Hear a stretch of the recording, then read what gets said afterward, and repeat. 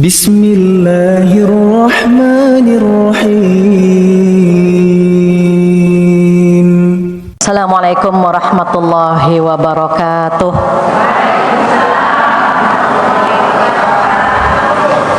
Bismillahirrahmanirrahim. Nahmaduhu wa nasta'inuhu wa nastaghfiruh wa na'udzubillahi min syururi anfusina wa min sayyiati a'malina. May yahdihillahu fala mudhillalah wa may yudhlilhu fala hadiyalah. Asyhadu an la ilaha illallah wahdahu la syarikalah wa asyhadu anna Muhammadan abduhu wa rasuluh la nabiyya ba'dah. Ucapan yang pertama adalah alhamdulillah dan alhamdulillah karena hari ini Allah memberikan kita kenikmatan untuk hadir di sini. Setiap rumah Allah di mana disebut namanya, duduk untuk mendapatkan ilmu, dapat pahala luar biasa. Pahala silaturahim dapat, pahala menuntut ilmu insya Allah dapat. Bahkan apa kata Rasulullah Sallallahu Alaihi Wasallam, orang-orang yang duduk di majlis ilmu insya Allah diberikan ketenangan. Makanya saking tenangnya terkadang banyak yang baca doa tidur. Mudah-mudahan gak ada yang baca doa tidur ya Bu. Begitu juga orang-orang yang sering datang duduk di majlis ilmu, mudah-mudahan kelak dikumpulkannya bersama orang yang menuntut ilmu pula, yang cinta ilmu pula. Amin. Imam Syafi'i rahimahullah berkata, aku suka duduk di majlis ilmu, aku suka dengan orang-orang yang baik-baik kumpul. Maka aku ikut kumpul di dalam majlis ilmu itu dengan harapan apa? Agar aku bisa seperti mereka dan aku mendapatkan syafaat dari mereka. Kita kira-kira bisa ngasih syafaat nggak Bu? Insya Allah bisa. Jadi nanti tengok teman kanan kirinya, tengok teman kanan kiri. Kalau nanti tidak ditemukan di surga, cari Ibu, cari, tanya sama Allah, di manakah teman saya yang biasa duduk di majlis di Masjid Sunda Kelapa, di mana ya Allah? Kalau tidak ada, tanya sama Allah, di mana ya Allah? Kalau Allah mengatakan dia di neraka, maka cari, kita sama-sama selamatkan. Kelak mereka pun akan nyari kita. Mereka akan cari kita sehingga ketika kita tidak berada di surga, maka ibu-ibu bisa nyari saya nanti. Bu Fathia di mana? Cari ya Bu. Dan ajak sama-sama biar berada di surga. Maka pada hari ini ketika kita ingin membahas istri-istri Rasulullah yang dermawan, harapannya apa? Agar kita bisa bersama Rasulullah, bisa bersama istri-istri Rasul di surga nanti insya Allah. Amin ya rabbal alamin. Sekedar bukan ilmu nih Bu, Ibu sepertinya sudah tahu semua. Istri Rasulullah Sallallahu Alaihi Wasallam memiliki keistimewaan. Kalau istri Rasulullah itu wajib pakai cadar. Pernah terbayang cadar Ibu? Cadar itu yang menutup wajah. Kalau Ibu pernah nonton film ada ayat-ayat cinta pakai cadar, maka istri-istri Rasulullah wajib memakai cadar. Wajahnya ditutup Ibu. Mengapa? Karena mereka tidak boleh menikah lagi setelah mereka menjadi janda. Cadar gini nih Bu. Ya Bu. Kalau kita pakai cadar wajib nggak Bu? Enggak. Kalau kita pakai cadar berarti mengambil afdoliyah. Apa afdoliyah? Keutamaan. Aurat laki-laki batasnya pusar sampai perut, aurat perempuan seluruh tubuhnya kecuali wajah dengan telapak tangan. Tetapi istri-istri Rasulullah Sallallahu Alaihi Wasallam wajib pakai cadar. Wajib Ibu. Mengapa wajib? Karena setelah Rasulullah meninggal, mereka tidak boleh menikah lagi, terutama mereka yang mendapat julukan Ummahatul Mukminin. Apa Ummahatul Mukminin? Ibu-ibu orang-orang yang beriman namanya Ummahatul Mukminin. Ibu ada yang hafal siapa saja yang mendapat julukan Ummahatul Mukminin? Ini kalau ada door prize dari ACT boleh nih. Yang bisa menyebutkan, nggak usah banyak-banyak, 7 aja. Boleh? Siap. Ibu yang menyebutkan 7 kata panitia dapat door prize, istri Rasulullah yang ibu kenal aja. 7 kebanyakan nggak Bu? Ya udah, kalau 7 kebanyakan 5 saja. Ada yang tahu? Yang tahu boleh angkat tangan. Nih ada door prize dari panitia nih. Regu A atau regu B? Ibu bisa, silahkan angkat tangan. Ya. Ya. Fatimah putrinya. Ya, memang kalau kebanyakan ilmu ketuker-tuker Bu, memang Bu. Kalau kebanyakan ilmu ketuker-tuker, boleh dikasih mixnya.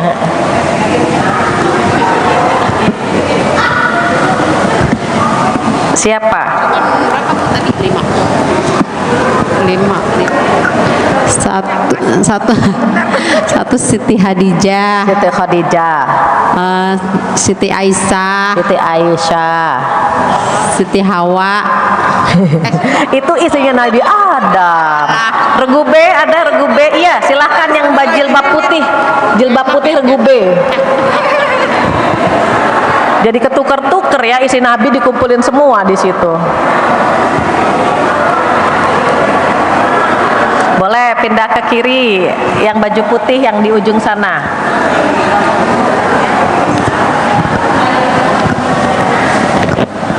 Terima kasih.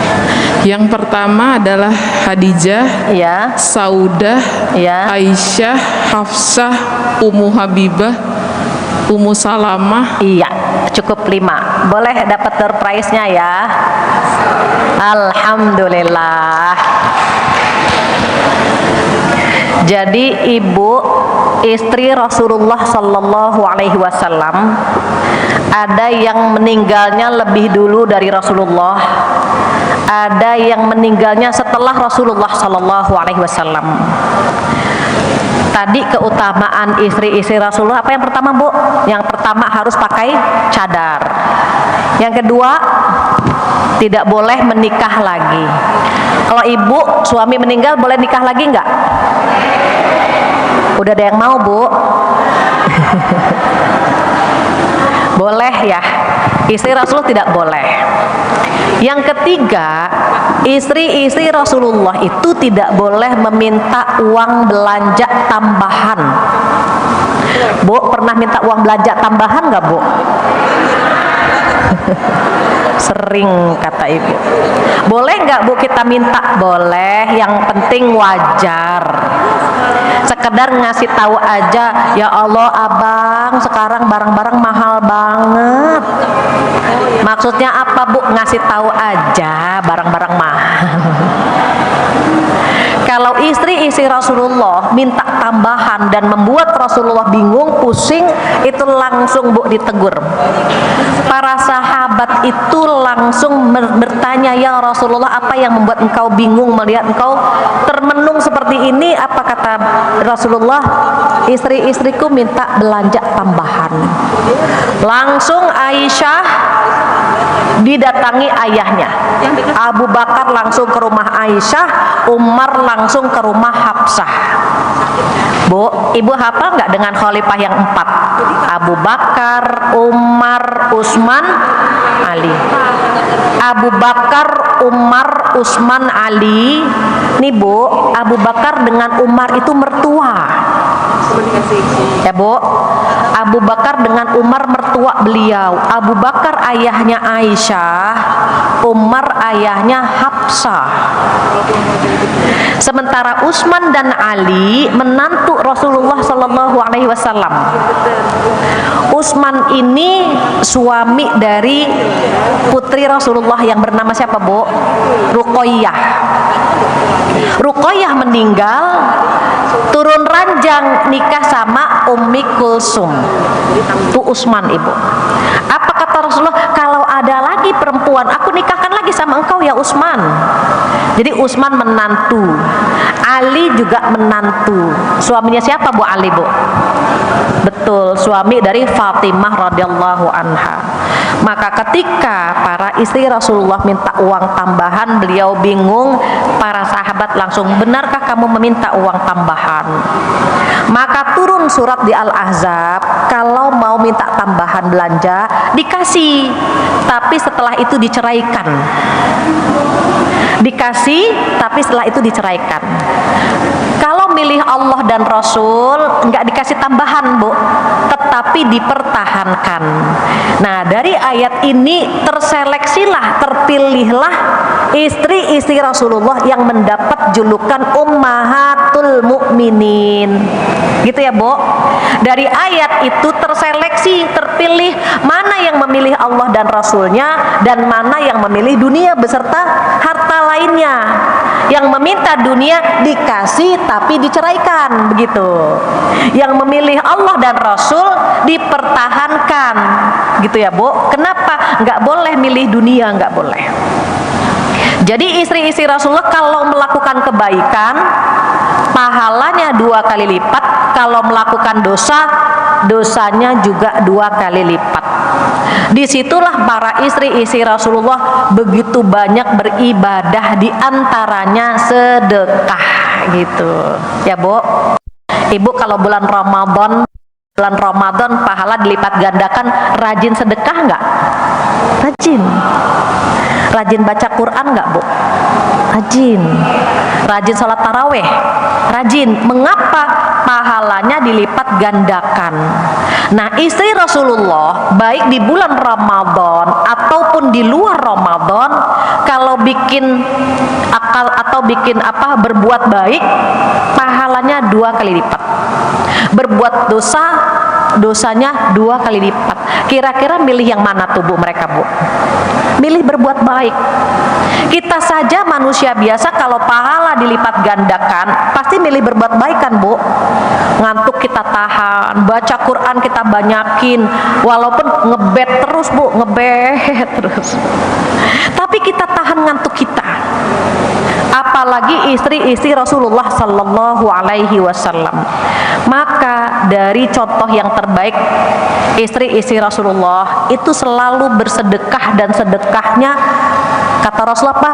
Beliau kalau sedekah seperti angin yang berhembus, gitu, cepet, Ibu. Maka kalau kita ingin bersedekah, ini mumpung ada kotak amal ya, ACT nyiapin kan ya, tadi udah nyalurin ya, Bu, insya Allah. Ada kotak amal segera, ada proposal segera.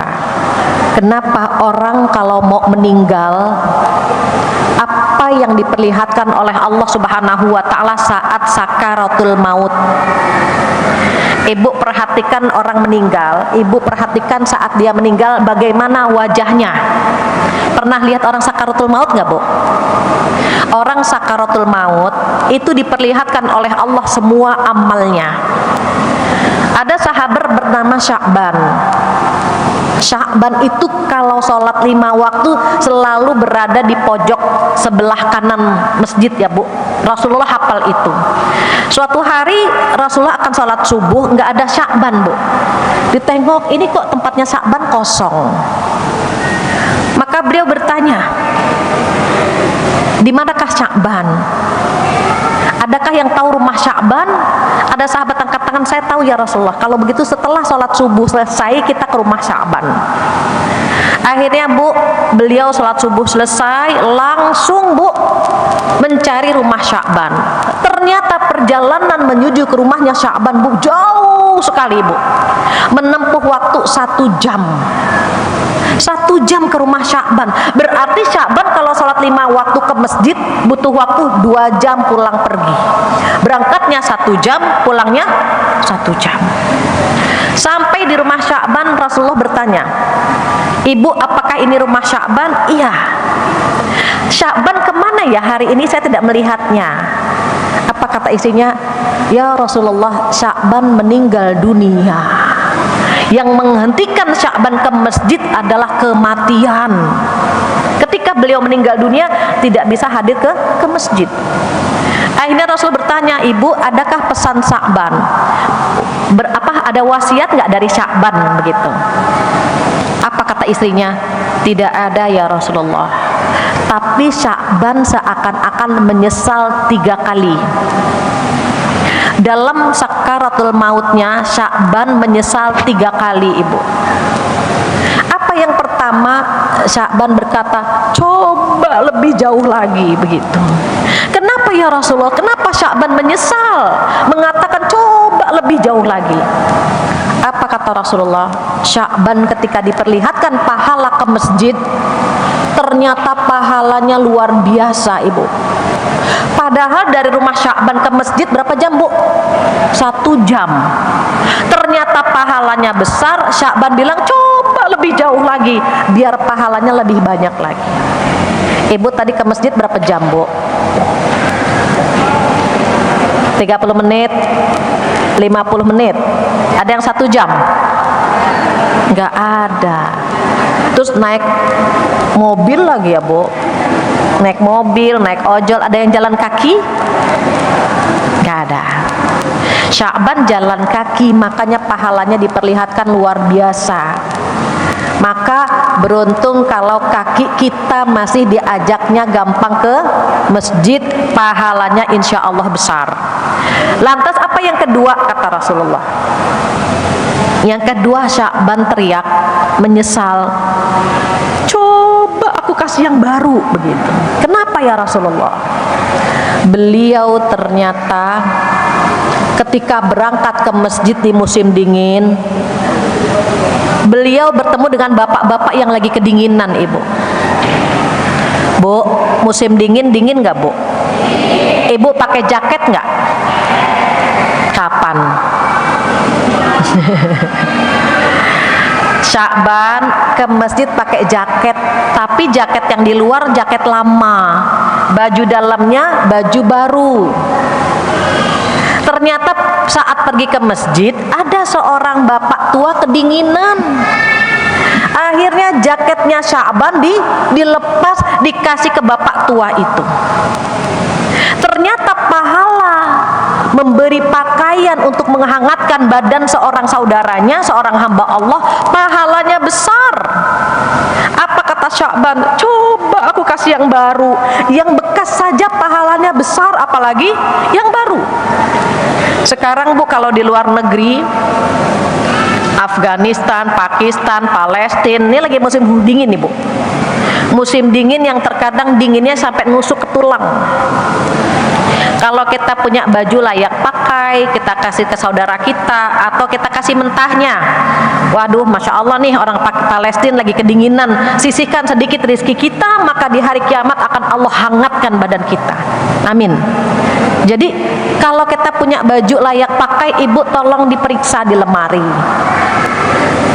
Dicari nih, Bu, dari lemari paling atas terus ke bawah, Bu. Mana baju yang belum pernah kita pakai, maka keluarkan, Ibu.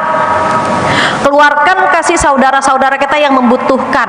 Mengapa nanti baju ini ditanya sama Allah, kenapa nggak pernah dipakai? Begitu, Bu. Ibu-ibu biasanya paling banyak baju sama jilbab, ya, Bu, ya. Beli jilbab, nyari bajunya. Beli baju, nyari jilbabnya. Makanya baju ibu-ibu lebih banyak daripada baju suami, ya. Berapa lemari, Bu? Ini mau datang ke Sunda Kelapa aja mikirnya dari semalam, kira-kira pakai baju yang mana. Betul ya, Bu, ya. Aduh, besok ngaji pakai baju yang mana, jilbabnya yang mana, sepatu yang mana, tas yang mana, gitu. Maka kita lihat, kalau ada baju-baju yang belum kita pakai, jarang kita pakai, Ibu tolong sisihkan, berikan kepada orang yang membutuhkan. Ternyata pahalanya luar biasa besarnya. Itu teriakan Sya'ban yang kedua, coba aku kasih yang baru. Lantas apa yang ketiga? Yang ketika Sya'ban berkata, coba aku kasih semua. Apa ya Rasulullah? Ternyata Sya'ban pernah beli roti, Ibu. Sya'ban sedang lapar, beli roti, pengemis datang. Kemudian Kemudian Sya'ban membagi dua. Ibu tahu roti Arab yang bulat ya, Bu?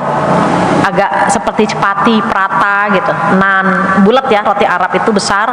Dibelah dua sama Sya'ban, buat Sya'ban sebelah, buat pengemis sebelah. Ternyata pahala sedekah luar biasa. Maka diperlihatkan saat sedang sakaratul maut, ternyata Masya Allah pahalanya luar biasa. Makanya Sya'ban menyesal, coba aku kasih semuanya, coba aku kasih semua, kenapa aku kasih cuma setengah gitu, Bu. Pengen gak, Bu, nyesal begitu, Bu? Kita pengennya sebelum sakaratul maut kita dermakan sebagian harta kita sebagaimana Rasulullah Shallallahu Alaihi Wasallam, kemudian para sahabat, istri-istri Rasulullah Shallallahu Alaihi Wasallam, mereka itu, Bu, mendapat julukan mayoritas ya, Bu, terutama Zainab mendapat julukan Ummul Masakin, ibunya orang miskin. Setiap ada orang miskin beliau ngasih. Padahal waktu itu belum turun ayat untuk perintah sedekah, belum ada, Bu. Tapi fitrah sebagai orang yang dermawan tuh keluar tuh, Bu. Nanti orang-orang yang bersedekah ini, Bu, Masya Allah, akan mendapatkan kemudahan saat sakaratul maut. Apa sakaratul maut? Sakaratul maut itu ketika proses dicabutnya nyawa manusia, Ibu. Nyawa manusia dari mana dicabutnya? Dari ujung kaki. Dari ujung kaki terus, Ibu. Sering-sering melihat orang meninggal, takziah. Sering-sering takziah. Sering-sering bimbing orang yang sedang sakaratul maut, biar kita tahu bagaimana prosesnya. Terkadang, Bu, ada yang cepat, Bu, langsung meninggal. Ada yang lama, Bu, sampai tengah malam belum meninggal, Bu. Itu yang bikin gampang dan tidaknya apa? Sedekah. Sedekah itu mempermudah seseorang saat datang sakaratul maut. Jadi sakaratul maut itu dipermudah oleh Allah saat kita sering bersedekah. Mumpung dikasih umur panjang, mumpung dikasih waktu bernafas, sedekah. Tergantung mau 5.000, 10.000, 500.000, 1 juta. Kita punya target masing-masing, hanya Allah dan kita yang tahu.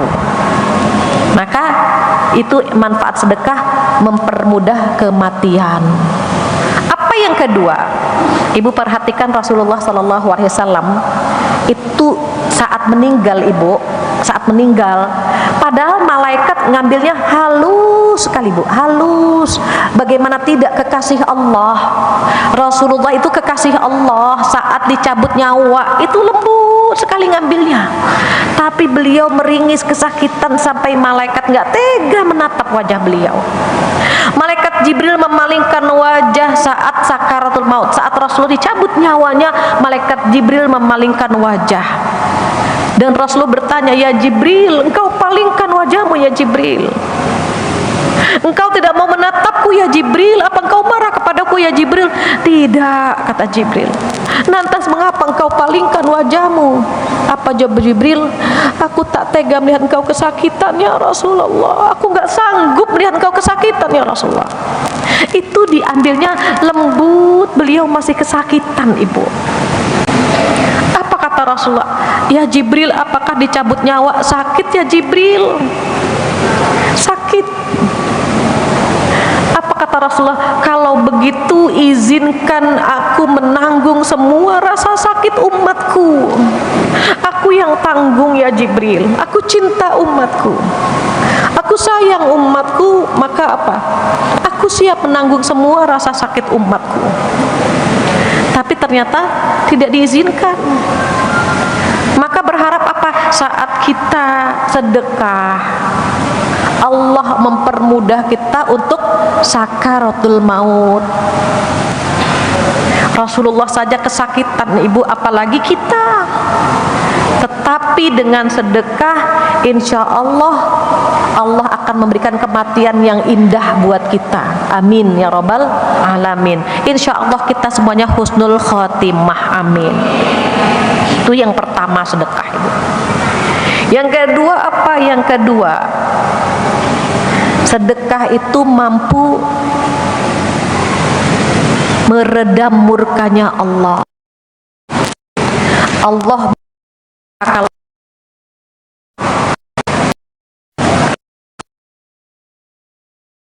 berani melakukan maksiat, tetapi Allah akan redam murkanya, Allah akan redam marahnya saat kita selalu bersedekah. Itu yang membuat istri-istri Rasulullah Shallallahu Alaihi Wasallam rajin sekali bersedekah. Mengapa? Karena beliau ingin murka Allah redam, turun murka Allah karena sedekah kita. Maka saat istri-istri Rasulullah melihat para sahabat misalnya, Bu, ada yang membutuhkan, Aisyah contohnya juga, Ibu. Kalau Aisyah dapat sesuatu, Bu, kata Aisyah apa?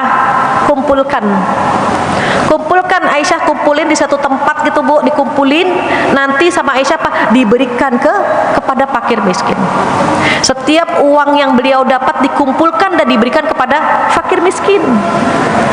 Kenapa? Karena Aisyah tahu harta yang didermakan ini yang akan mampu meredam murkanya Allah Subhanahu wa Ta'ala.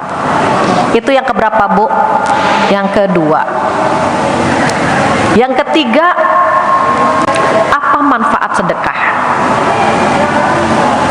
Oh, ada atraksi ya, boleh kotaknya dijamin. Bu, kotaknya diisi, digeser, isi, geser gitu ya, Bu. Jangan geser terus digeser, nggak ada yang ngisi nanti. Isi, geser gitu. Jadi saat seseorang bersedekah, yang ketiga, Bu, manfaatnya adalah mampu menolak musibah. Ibu, saya cerita sedikit, tapi jangan baca doa tidur ya, Bu. Ada seorang ibu bermimpi anaknya tertimpa reruntuhan rumah tua. Esok harinya dia kepikiran, ya Allah, kok mimpinya nggak enak banget ya, anaknya tertimpa reruntuhan rumah tua. Tiba-tiba esok hari suaminya bilang begini, Bunda, kita ke rumah mamah yuk, gitu. Bunda, kita ke rumah mamah yuk, ayo, gitu. Akhirnya anak-anak perempuannya disuruh mandi. Anak-anaknya disuruh mandi, mbaknya makain baju bunga-bunga. Kata bundanya, aduh Mbak, jangan dipakai baju ini. Kenapa? Aku mimpi anak-anak pakai baju ini tertimpa reruntuhan rumah tua. Kata bapaknya apa? Ibu, Bunda, itu kan cuma mimpi, gitu. Udah, ayo berangkatlah mereka sekeluarga. Sampai di tempat tujuan, ayah bunda ini ngobrol sama mamahnya, anak-anaknya main dengan sepupunya. Nah, main dengan sepupunya. Tiba-tiba mereka main di rumah tua dan rumahnya hancur, Ibu. Tetangga ribut semua. Bu, anak-anaknya Ibu di dalam rumah itu. Langsung ibu ini pingsan. Ya Allah, mimpinya jadi kenyataan, anak-anaknya tertimpa rumah reruntuhan tua. Ibu mau tahu kalau mimpi ini benar gimana caranya? Jika spiritual kita lagi bagus, jika ibadah kita sedang bagus, mimpinya sebelum subuh, Ibu. Sebelum subuh mimpi dan ibadah kita lagi bagus. Apa kata Rasulullah? 23% atau 32% mimpi kita mendekati kebenaran. Sebelum subuh ya, Bu. Kalau habis sholat subuh tidur lagi, itu kebanyakan tidur namanya. Ini mimpinya sebelum subuh. Terus ibadah kita lagi bagus. Nah, ibu ini bagus ibadahnya. Makanya ketika mimpi, ternyata mimpinya jadi kenyataan, pingsan. Dikipas-kipas, dibangunin, sadar. Dilihat putrinya dua-duanya ada di hadapan dia. Kamu selamat, Nak. Pingsan lagi gitu. kaget Bu, kamu selamat, pingsan lagi Bu. Akhirnya setelah sadar lagi, siuman lagi, ditanya, nak, bagaimana kamu bisa selamat? Anak ini cerita, ada papan besar, ada balok besar, itu menghalangi kami. Jadi reruntuhan jatuh, nih sebesar papan balok, dia sembunyi di papan itu gitu Bu. Jadi dia selamat. Akhirnya bunda ini datang ke rumah Ustadz. Ustadz, saya mimpi begini, tetapi anak-anak saya selamat. Kenapa? Apa kata Ustadznya? Ibu hari itu sedekah nggak? Gitu. Dia ingat-ingat, enggak, saya tidak sedekah. Coba ibu ingat lagi. Diingat-ingat sama ibunya. Oh iya, pagi-pagi ada pengemis. Pengemis datang, ngasihnya sekedar, nak tolong nak kasih gitu. Bukan diniatkan sedekah gitu Bu. Pengemis datang cuma sekedar ngasih saja. Coba bayangkan Bu. Ketulusan dia waktu memberi sedekah itu mampu menolak bala yang terjadi kepada anak-anaknya. Mungkin boleh jadi dalam kehidupan kita Ibu, kita pernah terselamatkan dengan izin Allah karena kita pernah sedekah. Pernah Bu, sahabat saya ini jilbabnya sudah tersentuh mobil Bu, mobil ngeremnya pakem banget, tiba-tiba ada mobil tek gitu Bu, dia langsung istighfar, itu udah tersentuh Bu jilbabnya, gamisnya sudah tersentuh, tapi Allah selamatkan.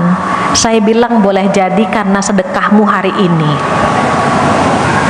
Nolak, sedekah itu mampu menolak bala. Itu yang ketiga. Yang keempat apa Bu? Yang keempat, apa sih manfaat sedekah?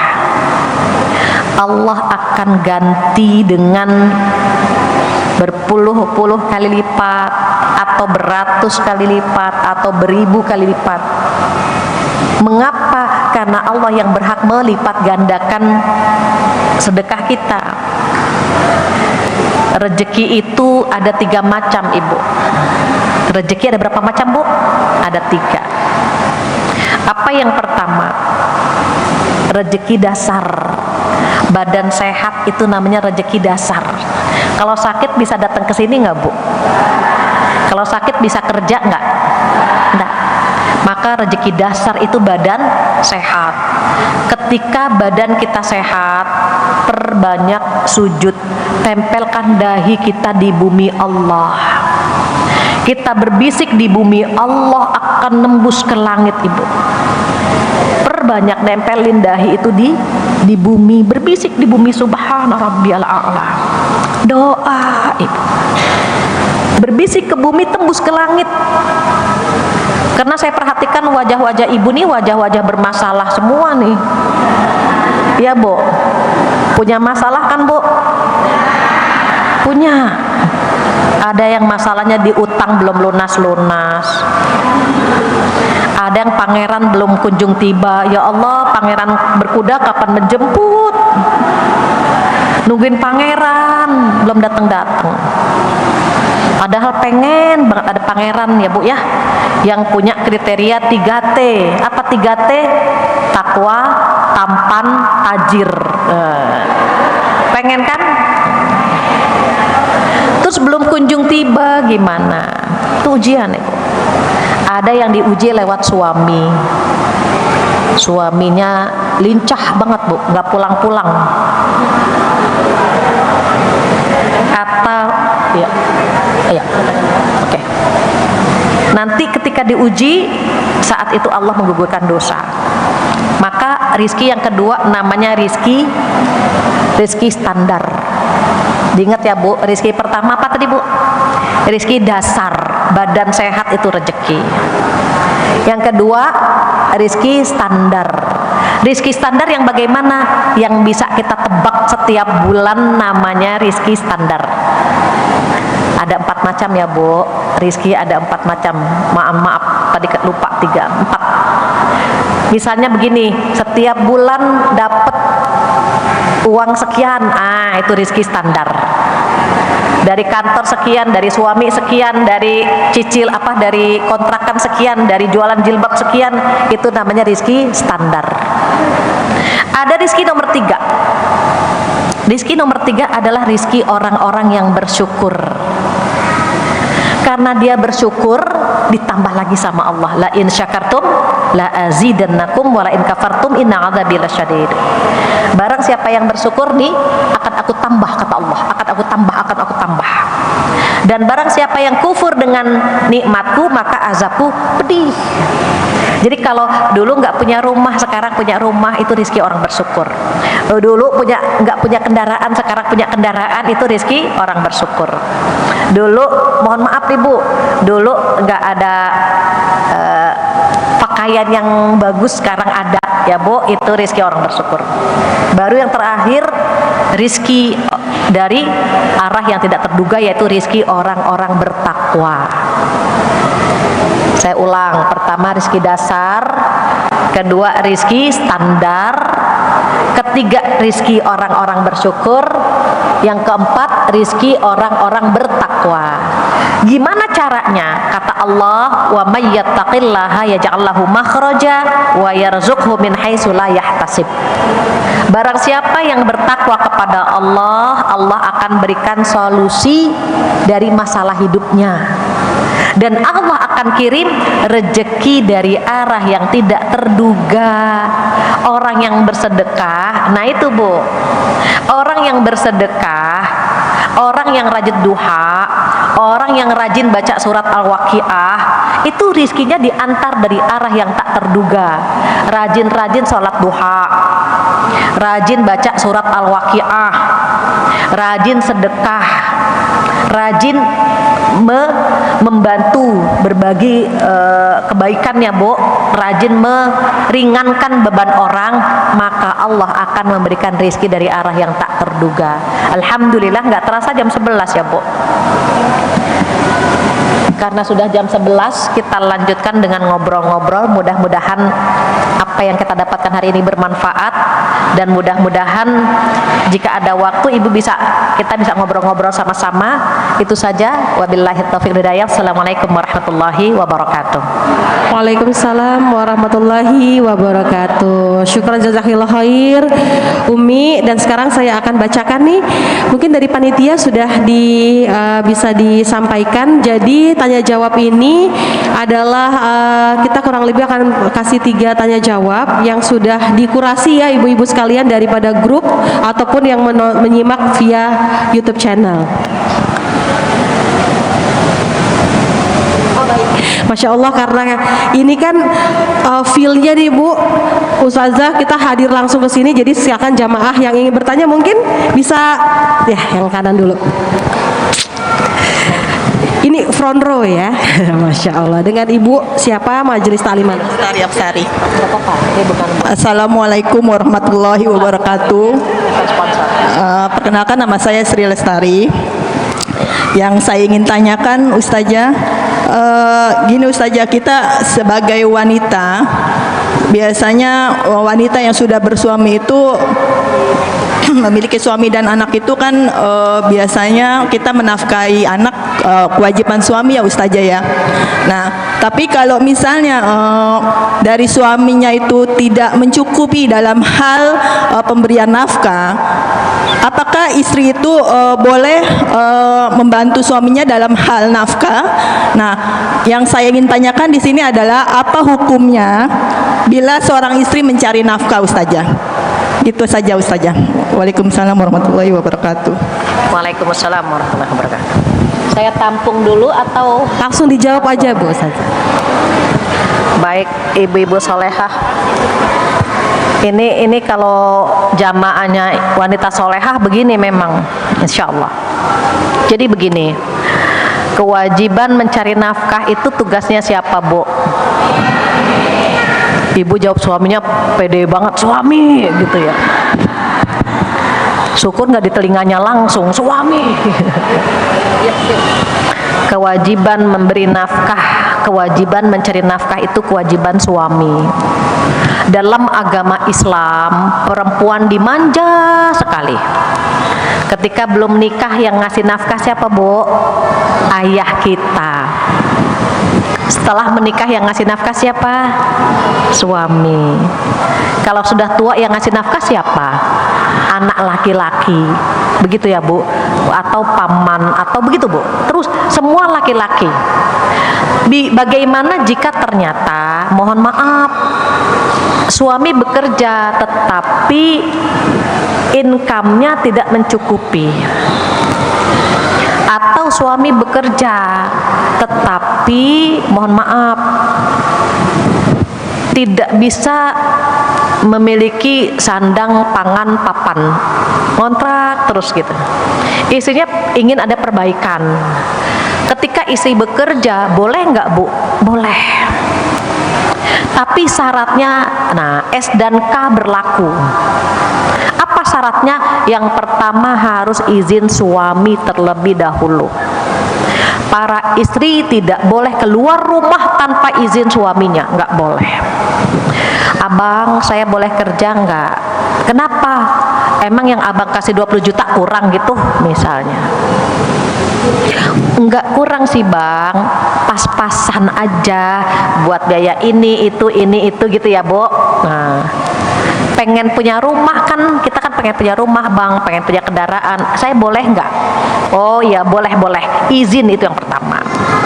Kalau suami mengatakan tidak boleh, jangan pernah keluar rumah tanpa izin suami.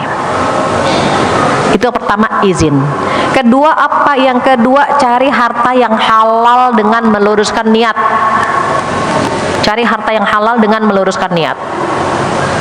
Niatnya harus ikhlas, jangan ngedumel Bu. Ya Allah, orang-orang sih enak banget punya suami 3T, udah takwa, tampan, tajir gitu. Aku kebetulan dikasih suami yang 3T juga, tapi tua, tulalit, tertindas. Mau nggak mau begini deh jadinya gitu. Maka yang ketiga, harus menutup aurat nih Bu, yang rapi dan tidak menimbulkan fitnah. Jangan pakai baju yang agak seksi atau bulu matanya sampai lebar bisa nyapu halaman, nggak boleh Bu. Bibirnya natural semuanya, natural saja, rapih tidak menimbulkan fitnah. Dan yang terakhir, tidak berdua-duaan dengan lawan jenis. Kenapa? Yang ketiganya siapa Bu? Setan. Jadi walaupun bos kita manggil, Bu tolong datang ke ruangan. Ini pengalaman pribadi Bu. Ketika ada atasan saya bilang, Bu Fatia nanti ke ruangan ya, saya nggak datang Ibu. Kenapa? Karena saya tahu saya akan berdua-duaan dengan dia, saya nggak mau. Sampai akhirnya, aduh, ibu yang satu ini nih kalau suruh ke ruangan tuh gitu. Kenapa? Karena saya tahu akan menimbulkan fitnah. Kecuali kalau nih pintu dibuka nih Bu nih. Kita berdua-duaan, tapi pintu terbuka. Orang tahu bahwa kita tidak melakukan apapun. Tapi kalau ruangannya kecil, pintunya dikunci, orang langsung, iya kan Bu? Kenapa? Kesalahan kita tidak menjaga kehormatan. Terus kalau udah punya penghasilan bagaimana? Ini kan penting. Ada seorang wanita bernama Zainab. Zainab ini punya penghasilan sendiri. Tajir melintir Zainab ini Bu. Kebetulan suaminya elit, ekonomi sulit. Ketika Rasulullah menyampaikan pahala sedekah, Masya Allah, pahala sedekah luar biasa Bu. Akhirnya Zainab ngumpulin Bu, emasnya dikumpulin, dinar, dirham dikumpulin, dibuntel. Ibu ngerti dibuntel nggak? Nah, dibuntel pakai bahan. Suaminya nanya, wahai istriku, itu mau dibawa kemana? Gitu. Apa kata isinya? Aku ingin bawa ke Rasulullah Shallallahu Alaihi Wasallam karena pahala sedekah luar biasa. Sampailah di rumah Rasulullah, ini buntelan masih dibawa, diserahkan ke Rasulullah Shallallahu Alaihi Wasallam. Pas saya kesini, dia jatuh. Angin. Jadi ketika Zainab membawa emasnya gitu ya Bu ke Rasulullah Shallallahu Alaihi Wasallam, Zainab berkata begini, bertanya, ya Rasulullah, ini uangku, ini hartaku, bolehkah aku sedekahkan gitu Bu. Tiba-tiba datang suaminya dari belakang. Ibnu Mas'ud bertanya, datang Bu, ya Rasulullah, aku suaminya Zainab. Nah, aku suaminya Zainab dan aku miskin. Boleh nggak tuh uang yang tadi tuh buat aku, kata Ibnu Mas'ud. Kenapa? Karena Zainab menyerahkan ke Rasulullah Sallallahu Alaihi Wasallam dan suaminya mengatakan, aku ini suaminya Zainab dan aku miskin, boleh nggak harta itu buat aku? Apa kata Rasulullah? Boleh. Maka bagimu ya Zainab 2 pahala. Yang pertama pahala sedekah, yang kedua pahala silaturahim. Jadi sedekah ibu, sedekah 1 dinar ke fakir miskin, 1 dinar ke mujahid fisabilillah, 1 dinar ke pembebasan budak, 1 dinar ke keluarga, paling banyak pahalanya kepada keluarga, apalagi Ibnu Mas'ud membutuhkan. Jadi boleh seorang istri bekerja dan berkontribusi di dalam rumah tangga, dengan catatan mohon maaf jika penghasilan kita lebih besar daripada penghasilan suami, tawaduklah. Mengapa? Tanpa izin suami kita bukan siapa-siapa. Kalau suami bilang kamu jangan kerja, kita punya penghasilan nggak bu? Nggak akan punya penghasilan. Jadi kalau kita bekerja karena kebaikan suami, maka tawaduklah. Kalau suami bilang, Masya Allah ya, slip gaji kamu besar banget, beda sama slip gaji aku. Abang, ini rizki dari Allah, ini rizki anak-anak. Ada yang lewat abang, ada yang lewat saya. Ini rizki kita bersama abang. Allah menitipkannya kebetulan lewat aku lebih banyak daripada lewat abang. Tawaduk tetap gitu. Jangan sampai, ya Allah ibu slip gajinya besar banget, baru tahu ya, makanya mikir, nggak usah. Suami udah mikir, kitanya nggak usah ngomong apa-apa, tawaduk saja. Kenapa? Karena kebaikan suami kita bisa memiliki sesuatu yang kita genggam sekarang. Maka berikan kontribusi. Tadi hadisnya, boleh sedekah, ibu diingat ya, sedekah. Kalau zakat nggak boleh. Diingat, zakat nggak boleh ke atas, ke orang tua, ke nenek kakek nggak boleh. Zakat nggak boleh ke bawah, anak cucu nggak boleh. Zakat nggak boleh ke samping, ke pasangan. Selebihnya silahkan. Beda kalau sedekah bebas. Sedekah buat siapa saja boleh, buat orang tua boleh, buat anak boleh, buat orang kaya boleh. Misalnya kita punya temen nih, orang kaya semua, ditraktir makanan, itu sedekah ibu, tapi jangan kita ucapkan. Makan bakso yuk, biasa sedekah gitu. Ya Allah, itu bakso nyangkut di sini bu, nyangkut. Ini bakso sedekah nggak enak banget di sininya ya, gitu. Kita memberikan mainan buat anak kita berikan mainan. Nah ini boneka nak gitu ya, bagus kan nak? Bagus. Udah, nggak usah nak, mama berikan boneka sedekah buat kamu. Anak kita nangis gendong sedekahnya bu, bonekanya sedekah gitu kan bu. Tanpa kita ucapkan, Allah sudah mencatatnya sebagai pahala sedekah. Wallahu a'lam. Jadi kalau sama suami jangan perhitungan, kecuali mohon maaf jika suami agak lincah dikit-dikit nih, ini uangnya mau dikemana ini gitu, hati-hati boleh. Tapi kalau suami di sini kan penyayang semuanya, insya Allah. Amin ya robbal alamin. Begitu ya, wallahu alam. Kena poinnya Mbak Sri? Baik. Tidak. Baik. Baik, Ya, dari silakan. sebelah kiri dulu ya. Yang kerudung kuning. Ini kerudung kuning dari mana? Cakep-cakep banget kerudungnya sama orangnya.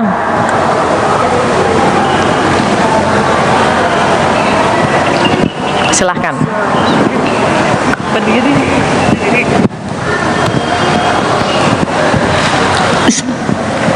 Assalamualaikum warahmatullahi wabarakatuh.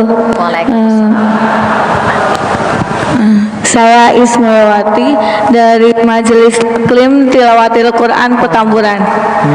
Mabu, saya izin bertanya, kalau suami wajib ya nafkahin istri?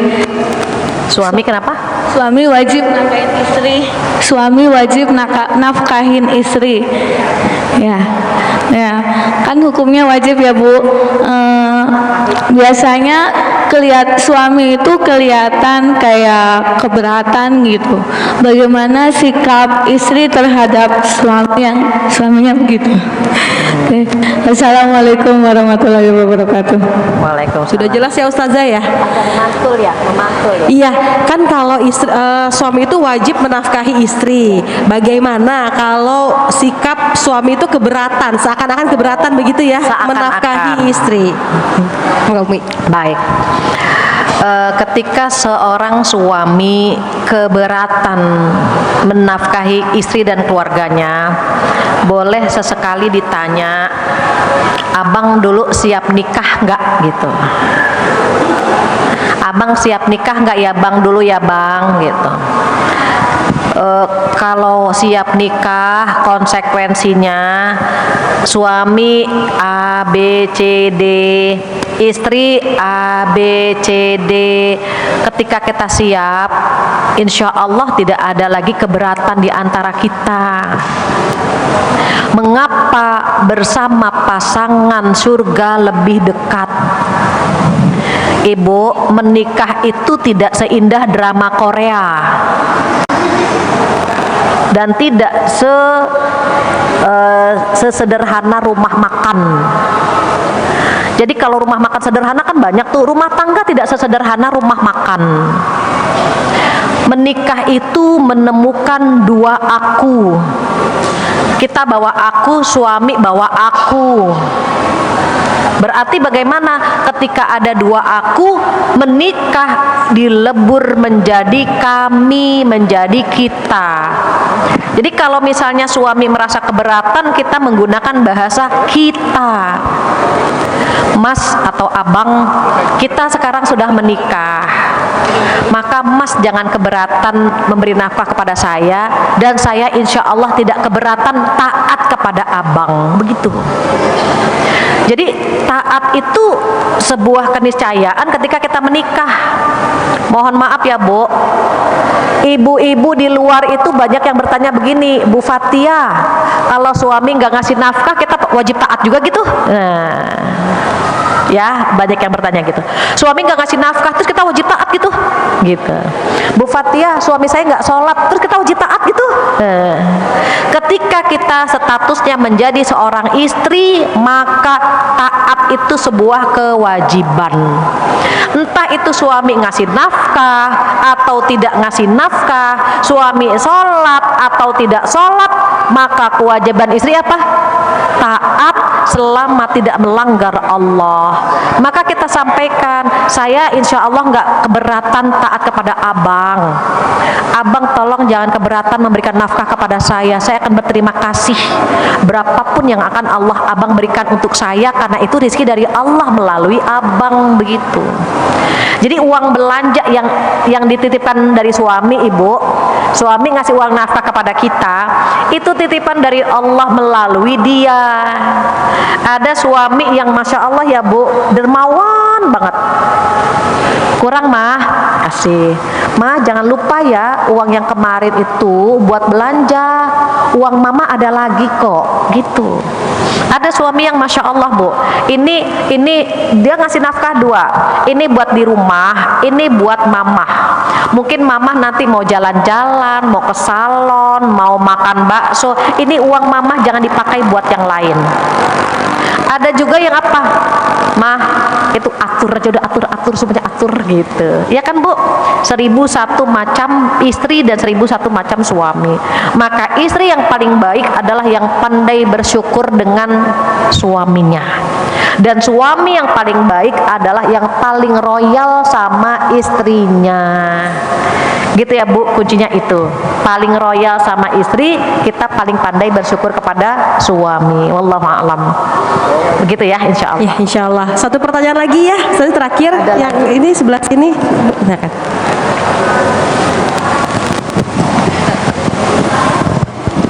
Bismillahirrahmanirrahim. Assalamualaikum warahmatullahi wabarakatuh. Nama saya Fatimah dari Condet.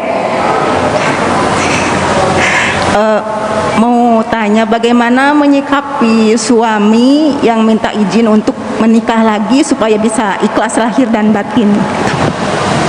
Terima kasih. Wassalamualaikum.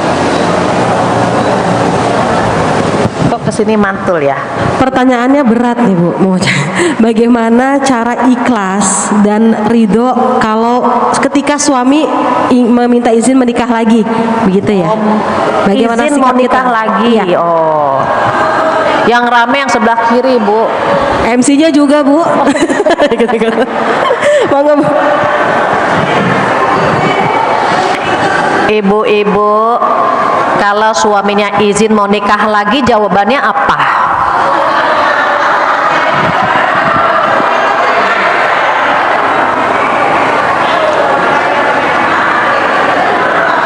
Ibu-ibu langsung naik pitam jawabnya. Langsung naik pitam jawabnya.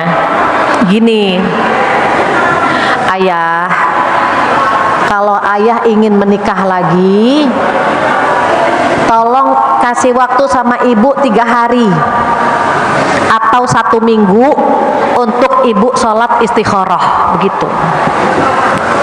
Ibu ingin sholat istikharah dulu, ya Bu. Jangan mengambil keputusan tanpa melibatkan Allah. Jangan mengambil keputusan tanpa melibatkan Allah. Jangan menjawab tanpa dapat bimbingan dari Allah. Begitu. Sholat istikharah, ibu minta waktu untuk sholat istikharah. Apakah ibu bertahan dengan ayah atau ibu mengalah demi dia? Begitu. Cie sedih Bu. Jadi kita akan sholat istikharah nanti dibimbing sama Allah. Kalau kita dibimbing sama Allah, Allah yang ngasih jalan itu, entah bertahan atau berpisah. Kalau hasil sholat istikharah kita ternyata kita harus bertahan, itu Allah ngasih kekuatan kepada kita. Biasa aja gitu. Kalaupun sedih ya sebentar, cuma sebulan, 2 bulan, 3 bulan, setahun, 2 tahun, oh lama ya itu ya. Tapi kalau memang istikharah kita hasilnya berpisah, Allah akan ngasih jalan. Kita gak suka sama dia, dia gak suka sama kita. Artinya apa? Jodoh kita sampai di situ saja. Ternyata ayah, kalau memang ayah mau nikah lagi, kayaknya rumah tangga kita cukup sampai di sini aja gitu. Tapi kan kita menjawabnya kan setelah sholat istikharah, bukan lagi hawa nafsu yang berbicara, tetapi atas bimbingan Allah. Kalau sudah ditakdirkan berpisah, ya jangan ditangisi. Kenapa? Karena dia tidak layak mendapatkan cinta kita lagi, begitu. Berarti itu yang terbaik. Tetapi kalau Allah mengatakan bertahan, berarti pula itu surga kita lewat suami. Aduh, disuruh bertahan, Masya Allah. Mudah-mudahan ini pintu surga saya. Begitu, wallahu a'lam.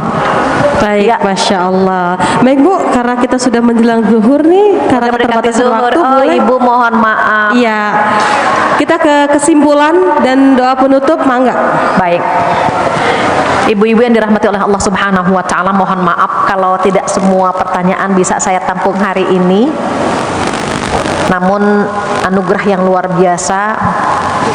Ternyata ibu-ibu yang duduk di sini nih, ibu-ibu yang solehah dan sabar dengan ujian yang bermacam-macam ya Bu. Ada yang ekonomi, ada yang suami mau nikah lagi, Masya Allah.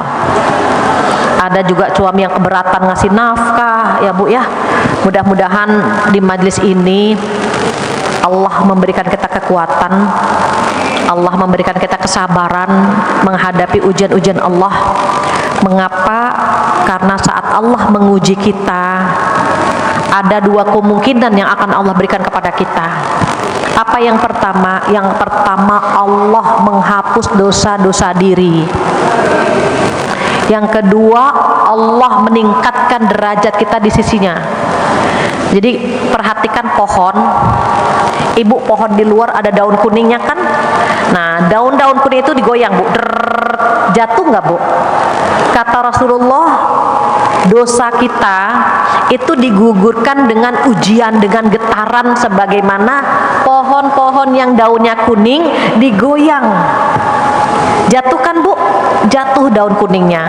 Artinya apa? Ujian yang Allah berikan kepada kita mampu menggugurkan dosa-dosa kita atau meninggikan derajat kita. Mudah-mudahan kita lulus, diberikan ujian oleh Allah Subhanahu wa taala. Dan sebagai penutup, kita sama-sama mengangkat tangan, kita berdoa bersama. Mudah-mudahan di rumah Allah ini doa-doa kita Allah ijabah.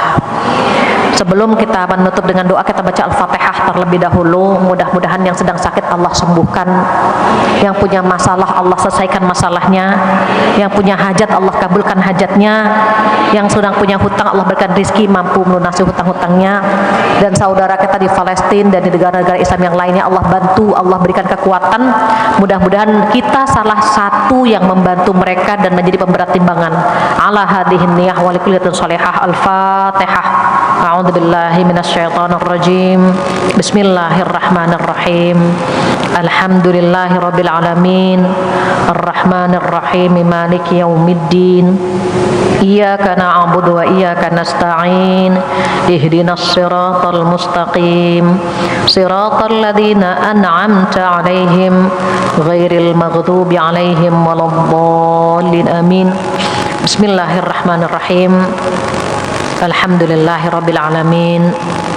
Hamdan yuwafi ni'amahu wa yukafi'u mazidah. Ya Rabbana lakal hamdu wa lakal syukru kama yanbaghi li jalali wajhika wa 'azimi sultanik. Allahumma salli ala sayyidina Muhammad wa ala ali sayyidina Muhammad. Allahumma inna nas'aluka salamatan fid dini wad dunya wal akhirah wa afiyatan fil jasad wa ziyadatan fil ilmi wa barakatan fil rizqi wa taubatan qablal maut wa rahmatan 'indal maut wa maghfiratan ba'dal maut. Allahumma hawwin 'alaina fi sakaratil maut wan najata minan nari wal 'afwa 'indal hisab.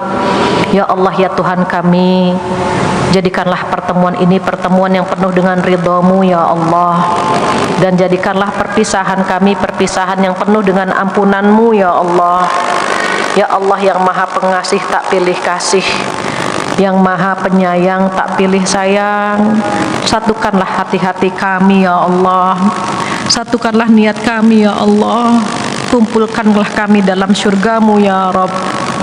Ya Allah yang maha pengampun, ampunilah dosa-dosa kami, dosa pasangan kami, dosa anak-anak kami, dosa orang tua kami yang masih ada maupun yang tiada ya Allah.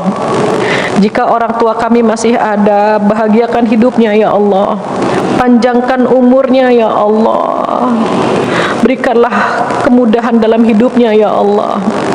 Dan jika orang tua kami sudah tiada, ampunilah dosa-dosanya, lapangkan kuburnya, mudahkan hisabnya, masukkanlah beliau ke dalam surga-Mu ya Allah. Ya Allah yang maha pengasih, berikanlah kesempatan kepada saudara-saudara kami untuk membina rumah tangga yang sakinah ya Allah. Berikanlah mereka imam yang baik ya Allah. Berikanlah kesabaran kepada saudara-saudara kami yang sedang diuji ya Allah, baik di tempat ini maupun di luar sana ya Allah. Berikanlah kami kekuatan, kesabaran. Jadikanlah rumah tangga kami rumah tangga yang Engkau ridhoi ya Allah, yang Engkau ridhoi ya Allah. Jadikan rumah tangga kami Engkau ridhoi ya Allah. Masukkanlah kami ke dalam syurga-Mu sebagaimana Engkau mengumpulkan hari ini ya Allah. Rabbana atina fid dunya hasanah wa fil akhirati hasanah wa qina adzabannar. Subhana rabbika rabbil izzati amma yasifun wa salamun alal mursalin walhamdulillahi rabbil alamin.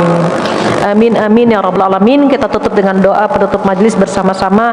Subhanakallahumma wa bihamdika asyhadu an la ilaha illa anta astaghfiruka wa atubu ilaik. Wabillahi taufiq hidayah. Assalamualaikum warahmatullahi wabarakatuh.